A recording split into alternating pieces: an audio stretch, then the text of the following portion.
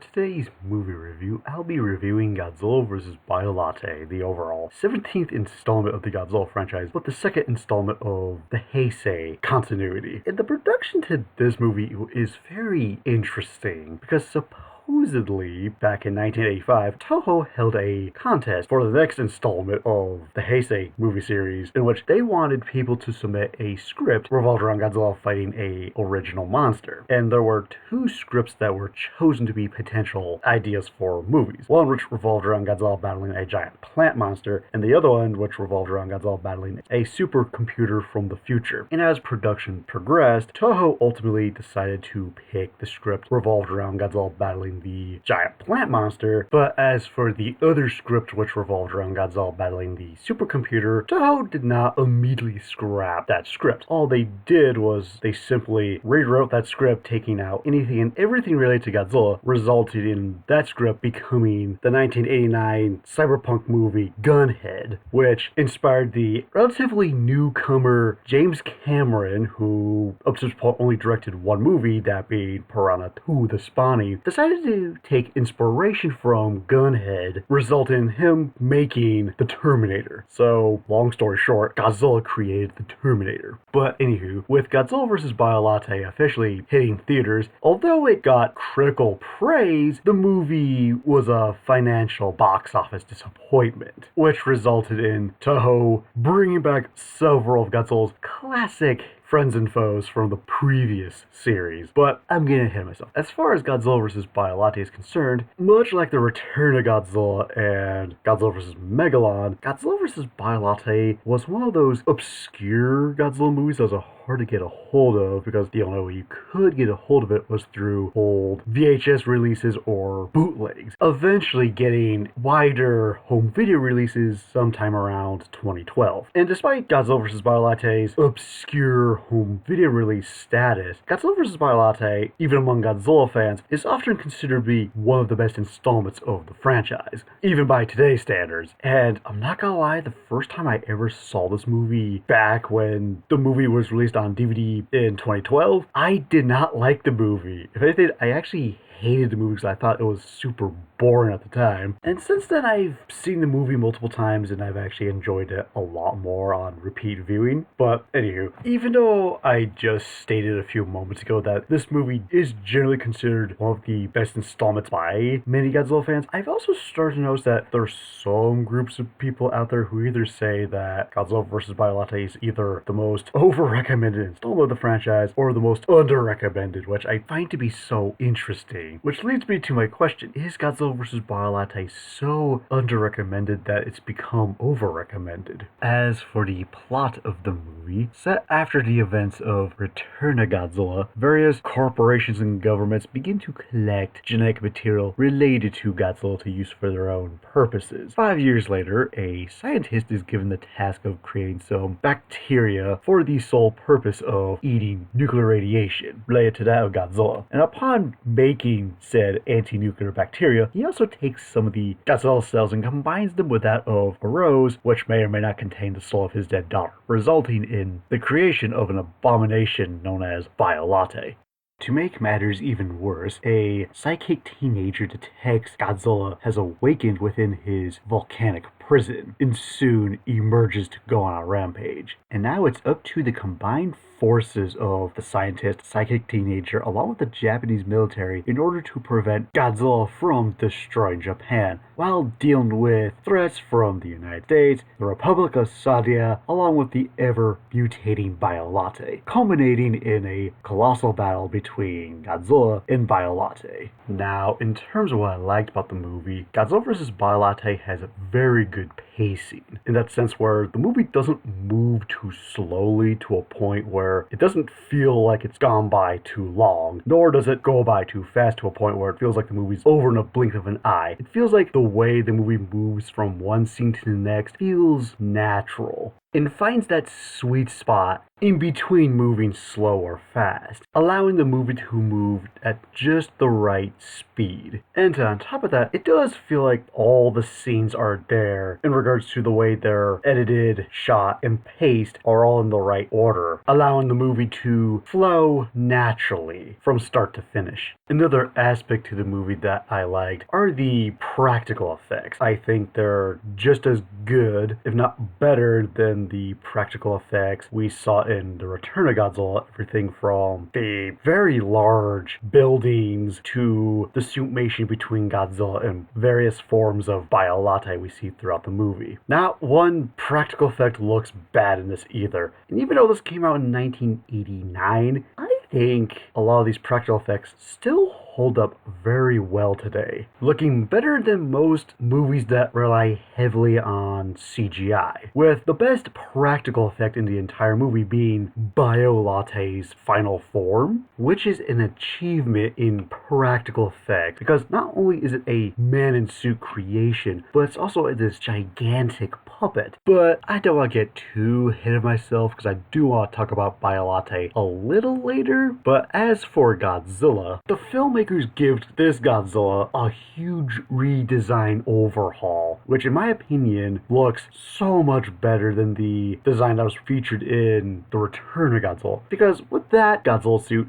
sure, the body from the neck down looked fine, but the facial expression or the head was just all over the place, depending on how it's framed or angled, where from the side point of view it looked fine, but from the front point of view it looked goofy. With the costume that's featured in this movie, everything about the design from the head to the body is a huge improvement over the previous design, because no matter how the suit is shot, it looks the same, and Godzilla's presented in a way where he looks so much more threatening, regardless if the camera is looking at his head from the side point of view or looking at his face head on. And while this Godzilla doesn't give too much facial expressions, there's definitely enough tiny mannerisms in the way his lips move, the way his eyes are designed, to the way his head moves, gives him enough personality and character to a point where you get what this version of Godzilla is feeling at certain moments throughout the movie, thus leading to this design of Godzilla becoming the official design that would continue to be used for the remainder of the Heisei continuity of this set of movies, and for good reason. Another aspect of the movie that I liked is the cinematography, in that sense where I think all the shots are framed very well, and a surprising amount of panning shots, which I think work well for the scenes they're used in. Although if there's two shots within the movie that stood out to me the most, I think are the best. The first one happens to be Godzilla during his rampage, because within the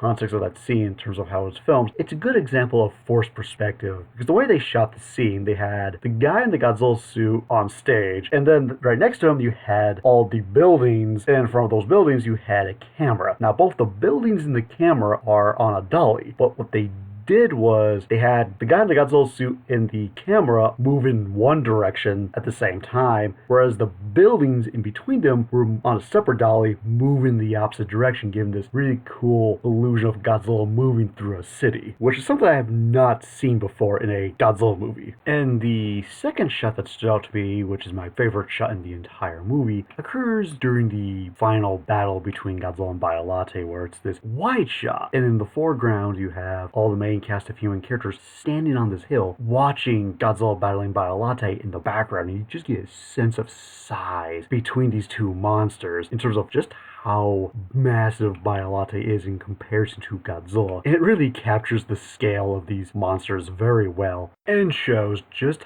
how powerless man is in the face of these gigantic creatures, and that the only thing that can kill a monster is another monster, with the only thing that mankind can do is just simply watch and do nothing. Continuing the anti-humanistic themes that the Godzilla franchise has been known for. And while on the topic of thematics, Godzilla vs. Biollante is perhaps the most layered of the Godzilla movies, not just within the Heisei continuity of movies, but within the Godzilla franchise in general. On top of having the anti-humanistic themes established in the previous series, Godzilla vs. Biollante has two more themes. The first and main one being whether or not it's ethically right to abuse science and technology in order to create weapons of both biological or technological nature, considering that Biollante, in some ways much like Godzilla before her, is meant to serve as an allegory of the usage of biological weapons in the abuse of science in order to create said biological weapons, with the Super X2 meant to represent the misusage of technology, which in some ways makes Godzilla vs. Biollante ahead of its time in regards to drone technology, considering that the first General Atomics MQ-1 Predator didn't take flight until 1994, a few years later after this movie came out. So I just find it kind of interesting that this movie predicted that type of drone technology. Sorry, getting off topic. And as for the second thematic to the movie, is within the title, Godzilla vs. Biollante, considering that Godzilla, even though he was starting to move away from being an allegory of the usage of nuclear weapons and becoming more of a force of nature, is still meant to represent the usage of nuclear weapons within the context of this movie. Whereas Biollante, on the other hand, as I mentioned a few moments ago, is meant to serve as an allegory for the misusage of biological weapons, resulting in the following theme, which is the lesser of two evils mankind would rather deal with: nuclear weapons or biological weapons. And the movie does a good job of not answering that question. And unlike today's movies that try to be heavily thematic in some shape or form, Godzilla vs. Biollante knows when and how to use its thematics. Because the problem with many movies that try to be important or say something important, the movie focuses on that thematic and makes that the top priority, but sacrifices character and story along the way. Godzilla vs. Biollante, on the other hand, is the exact opposite, where it focuses on character and story and has the thematics come later, or when they do appear, they appear naturally within the characters or story. And another aspect of the movie that I liked is the way they use stock footage for this movie. Because if you paid attention to my channel long enough, normally when I bring up stock footage in a movie, that's usually one of my biggest problems. But the way Godzilla vs. Biollante utilizes stock footage of the previous installment, Return of Godzilla, is mainly done during the opening credits, serving as a recap of the previous movie, which I thought was clever and a good usage of stock footage. Another aspect of the movie that I liked is the way it utilizes the color schemes, much like how the Return of Godzilla did. And within the context of this movie, the color that you see the most often is green. And I'm not so much talking about the green you see on Biollante or the lush green vegetations you see in certain landscapes. I'm talking the color green in regards to the way certain scenes are either lit using a greenish lighting, or even some of the set designs have this sort of greenish tint to them, which is meant to emphasize and support the movie's biotechnical themes, as I mentioned throughout the whole movie. And much like the Return of Godzilla, it does occasionally go for those contrasting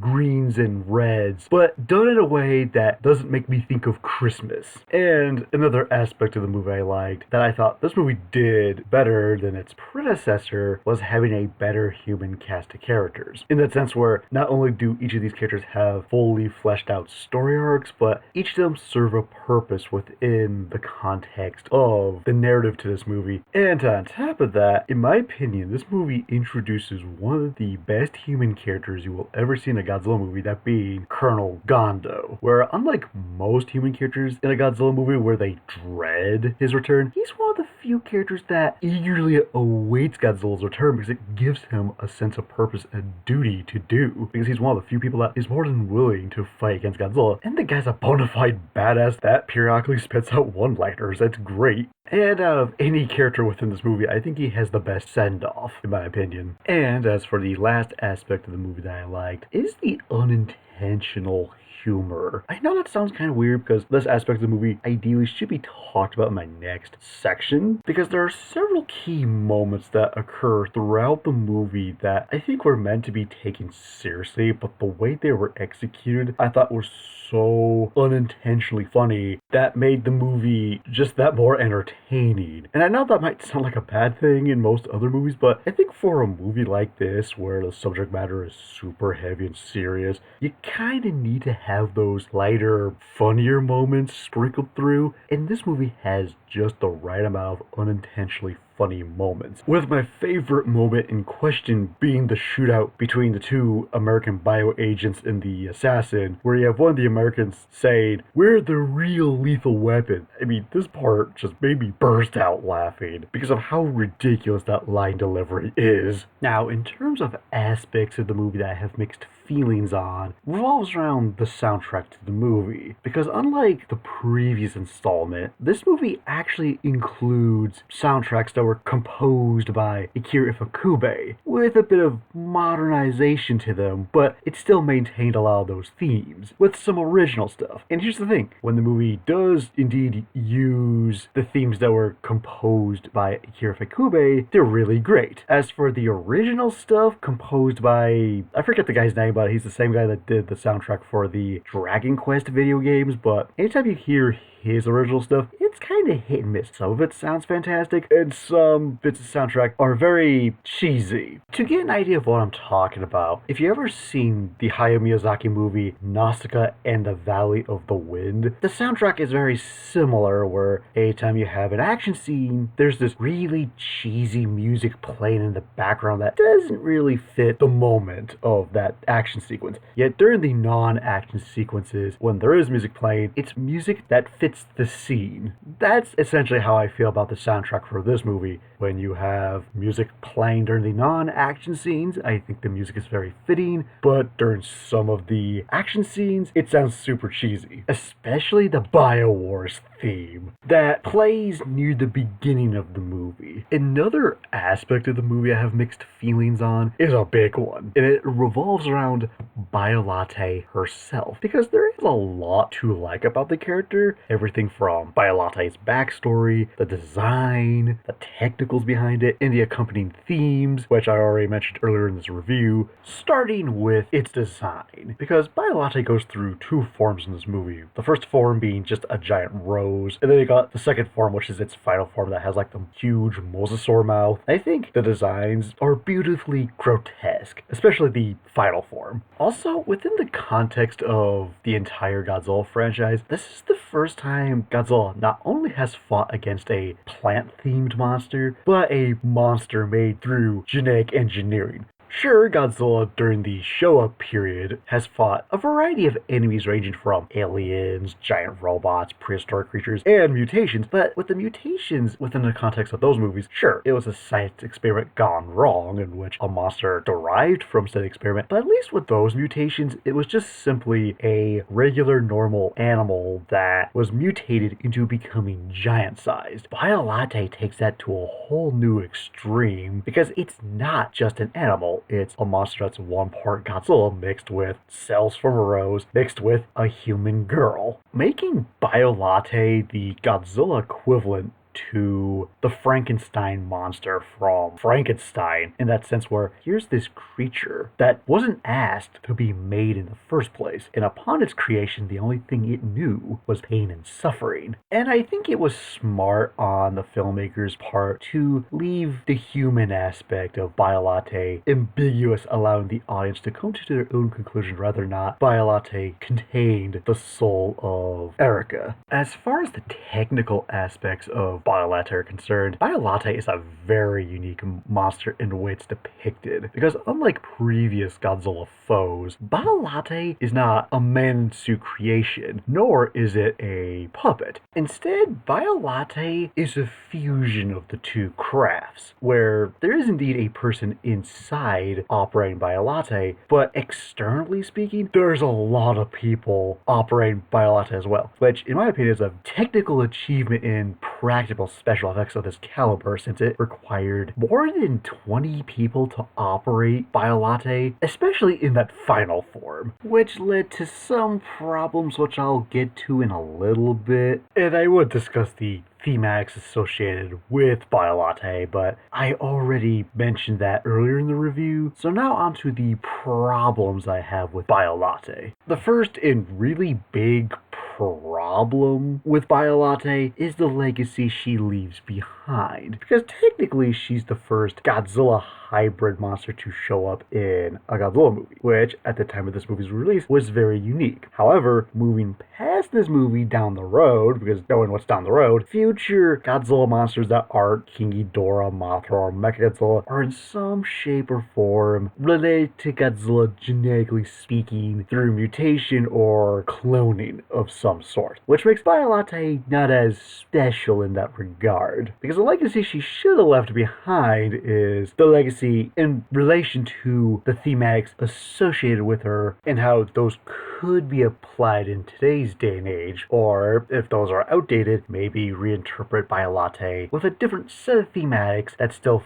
fit the mold of the character, as opposed to have her be a source of genetic influence for future monsters. As for the second problem with Biollante, it's honestly a problem I can understand, that being the fights between her and Godzilla are very short and aren't as balls to the wall crazy as the 1970s era of the original Showa period of the Godzilla franchise. And this mainly has to do with the technical surrounding Biollante, considering that as impressive as they are, it feels like the filmmakers could only do so much with the technicals, which result in the fights between her and Godzilla being on the short side of things. So in short, I do wish that the fights between Godzilla and Biollante lasted a little longer, but I understand why the fights were as short as they were due to the technical aspect of Biollante. Another aspect of the movie I have mixed feelings on is the introduction of Miki Saegusa, along with the whole idea of psychic mediums within the Godzilla franchise. Because on the one hand, we've never seen people with psychic powers before in a Godzilla movie, which is very new and different. And I think the execution of how they utilize these psychic powers is handled very well. It's just everything surrounding the context of the psychic powers is a whole nother can of worms. Because there's this hilarious moment where you have the person in charge of a group of little kids who have psychic powers asking them, what did you all dream of? And they all hold up pictures of Godzilla going on a rampage. But here's the thing, the group of psychic children feel out of place within a Godzilla movie. And I know that sounds super weird considering that within the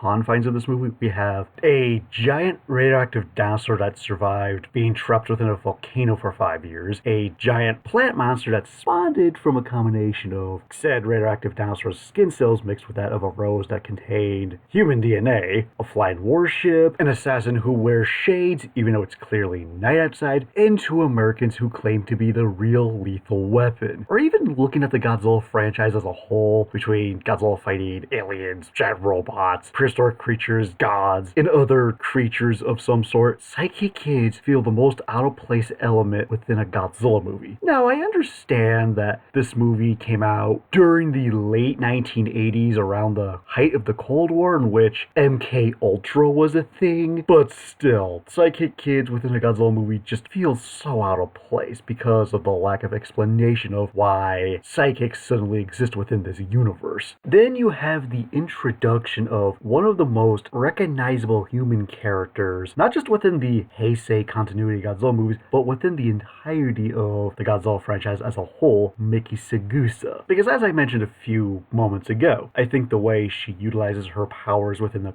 context of the movie, I think are handled very well. It's just the character herself, to me, there's really not much to her.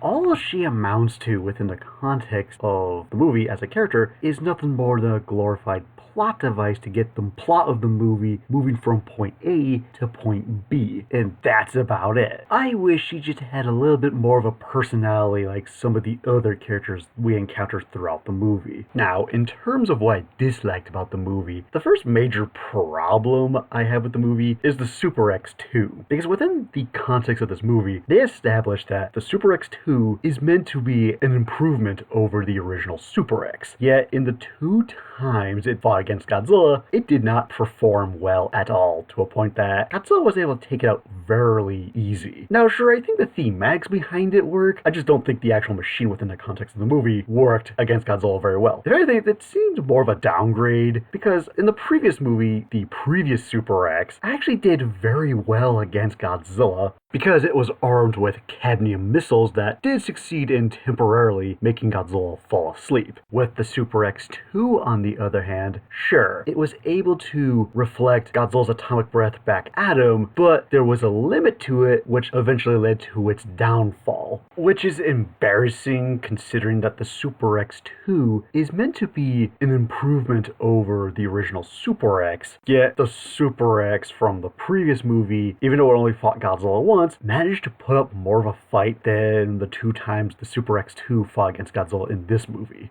Another problem I have with the movie has to do with the fight scenes revolved around the humans. Not so much the gunfights, but the fight scenes in which you actually have 2 characters physically fighting each other, which only happen twice throughout the whole movie, and while they don't last very long, they're just really bad to me for 2 reasons. The cinematography in both fight scenes is not all that impressive, since it consists of a continuous wide shot that is constantly shaking, and it holds on this one shot for quite a bit, and then you got the actual fight choreography between some of the humans, and it comes off as being very amateur. Like, you don't really get a sense of urgency within the fight. It just feels like 2 people just pushing each other. It doesn't feel like a fight to the death here. Especially in that second fight between Dr. Kirishima and the Saudi Arabia agent, considering that the Saudi Arabian agent is a skilled marksman, so you expect he would have some kind of physical combat training, yet when he fights Dr. Kirishima, it's very much like the very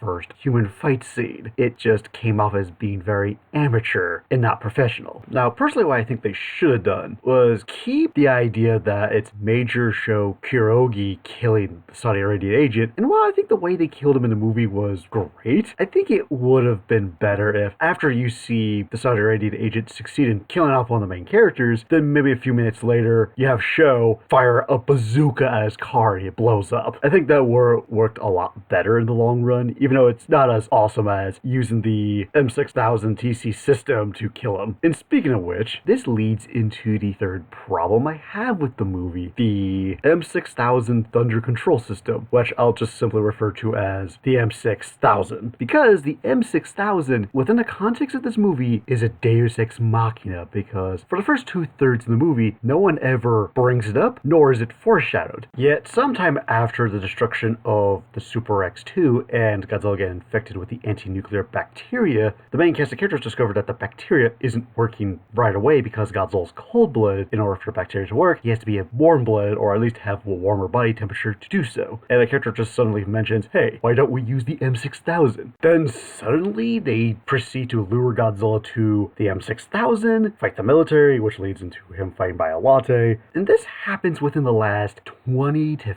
15 minutes of the movie. And the thing is, I think they could have foreshadowed the M6000 earlier in the movie, because there's a moment where you have Colonel Gondo looking through a bunch of files about the military, and you see him mentioning advanced computer systems, advanced laser weapons, people with psychic powers. Man, the Japanese self-defense force has everything. And within that moment, they couldn't name drop the M6000. It just felt like a wasted opportunity. So for my final verdict of Godzilla vs. Biollante, this is one of those movies that deserves the title of being considered one of the best Godzilla movies ever made, due to a combination of how original its story is, and the movie itself being very ambitious with some of the concepts and themes that are introduced within the context of the movie's plot. And Biollante, despite her very limited screen time, is a very memorable monster that leaves a huge impact with you. And while the fights between her and Godzilla are very short, there is a lot of other stuff going on throughout the movie to keep you entertained. Sure, there are some aspects of the movie that aren't exactly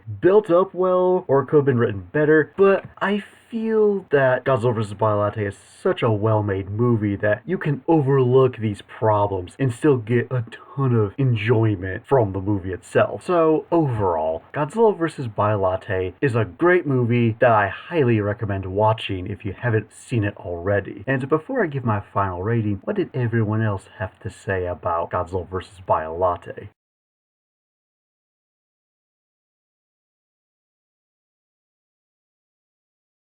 So it looks like Godzilla vs. Biollante got generally good reception. And so for my final rating of Godzilla vs. Biollante, I give it a 4 out of 5. So, would you like to see Biollante return for a future Godzilla movie? If so, when and how? And see you later.